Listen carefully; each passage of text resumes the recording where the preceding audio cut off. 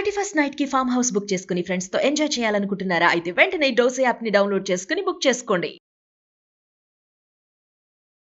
Hi hello నమస్తే, welcome back to Suman TV.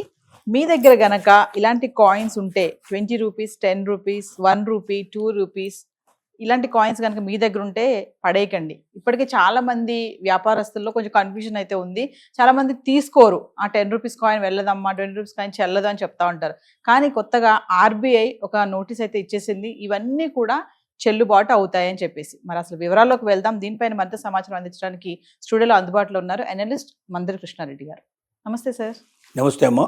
Sir, మరి coins 10 rupees, 20, 5 rupees, 1 rupee ఇవన్నీ కూడా ఇప్పుడు వెళ్తాయి, చెల్లుబాటు అవుతాయి. ఇంకా 50 పైసా కూడా ఆర్బీఐ నోటీస్ అయితే ఇచ్చేసింది. మరొకసారి వివరాల్లోకి వెళ్తే సార్. చాలా మంది వ్యాపారస్తులు కాయిన్స్ లోపల 10 రూపీస్ కానీ, 20 రూపీస్ కానీ, 5 రూపీస్ నాణాలు పాతవి కానీ ఇలాంటివి వచ్చినప్పుడు ఇవి మేము తీసుకోమండి, ఇవి చెల్లుబాటు కావు అని చెప్తుంటారు. ఈ సిటీస్ కన్నా ముఖ్యంగా పల్లెటూరులో ఎక్కువగా ఇది రిజెక్ట్ చేయడం ఎక్కువ జరుగుతూ ఉంటుంది. తెలియక అమాయకత్వంతో చేస్తున్న పని ఇది. 50 పైసల నుంచి మొదలు పెడితే 20 రూపాయల కాయిన్ వరకు దాదాపుగా మనకు మార్కెట్లో ఏదైనా సరే ప్రతి కాయిన్ కంపల్సరీగా చెల్లుబాటు అవుతుంది. ఒకవేళ వ్యాపారస్తులు కూడా తీసుకోకపోయినా ఏ బ్యాంకుకి వెళ్ళైనా సరే మీరు బ్యాంకు లోపల దీన్ని మార్చుకోవడానికి మీకు పూర్తిగా హక్కు ఉంటుంది. కాబట్టి నాణ్యాలు చెల్లుబాటు కావు అని ఎవరైనా అంటే వాళ్ళ అమాయకత్వం నవ్వుకోండి మీరు తప్ప, అవి పనికిరావని చెప్పి పారేయడం కానీ వాటిని విసిరేయడం కానీ అలాంటివి చేయకండి. ఎంత చిల్లర మీ దగ్గర ఉన్న ప్రతి చిల్లరకు వాల్యూ ఉంది. ఇంకా వెనక్కి వెళ్తే ఈ 50 పైసల నాణ్యాల కన్నా ముందర 25 పైసలు, 10 పైసలు, 1 పైస కూడా నాణ్యాలు అప్పట్లో గతంలో వచ్చేవి. అలాంటివి ఎవరి దగ్గర ఉంటే, పాత నాణ్యాలు ఎవరి దగ్గర ఉంటే, ఇంకా 10 ఏళ్ల క్రితం 20 ఏళ్ల క్రితం నాణ్యాలు ఎవరి దగ్గర ఉంటే వాటికి ఎంత డిమాండ్ అంటే దాన్ని 1000 రూపాయల మీద తీసుకోవడానికి సిద్ధంగా ఉంటారు.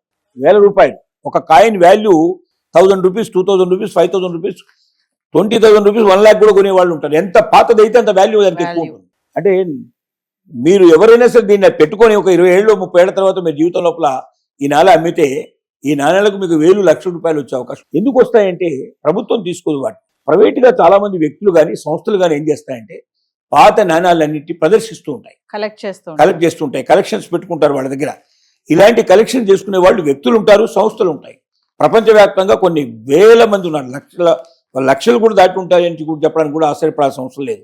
చాలా మంది పిల్లల్లో ఈ అలవాటు మొదటి నుంచి చేస్తారు తల్లిదండ్రులు. ఇట్లాంటి నాణ్యాలు కానీ లేకపోతే మీరు మామూలుగా పోస్టల్ స్టాంపులు కానీ ఇతర దేశాల కరెన్సీని కానీ ఇవన్నీ సేకరిస్తారు వాళ్ళు.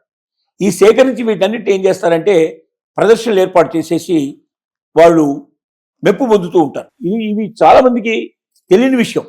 కాబట్టి పాత నాణ్యాలు ఉంటే పనికిరాని నాణ్యాలు ఎందుకు దాచుకున్నారని చెప్పి పారేయకండి, అవి మిమ్మల్ని లక్షలు తెచ్చిపెట్టే అవకాశం మీకు ఉంటుంది. కొత్త నాణ్యాల్లో కూడా 50 పైసల నుంచి మొదలు పెడితే 20 రూపాయల దాకా ఇప్పటిదాకా రిలీజ్ చేసిన ప్రతి కాయిన్ 100% చెల్లుబాటు అవుతుంది. బ్యాంకుకు వెళ్ళి మీరు తీసుకోవచ్చు శుభ్రంగా, బయట వాళ్ళు తీసుకోకపోయినా. ఇంకొకటి, చినిగిపోయిన నోట్లు. చాలా మంది చినిగిపోయిన నోట్లు వ్యాపారస్తులు ఏం చేస్తారంటే 50% తీసుకుంటుంటారు, 25% తీసుకుంటారు. 100 రూపాయల నోటు చినిగింది అనుకోండి, అడ్డంగా 2-3 ముక్కలు అయింది అనుకోండి, ఆడేంటి నీకు 10 రూపీస్ 25 రూపీస్ ఇస్తాను నాకు ఇచ్చేయమంటాడు. 10 రూపీస్ 25 రూపీస్ కన్నా ఎక్కువ ఇవ్వను నాకు ఇచ్చేయమంటాడు.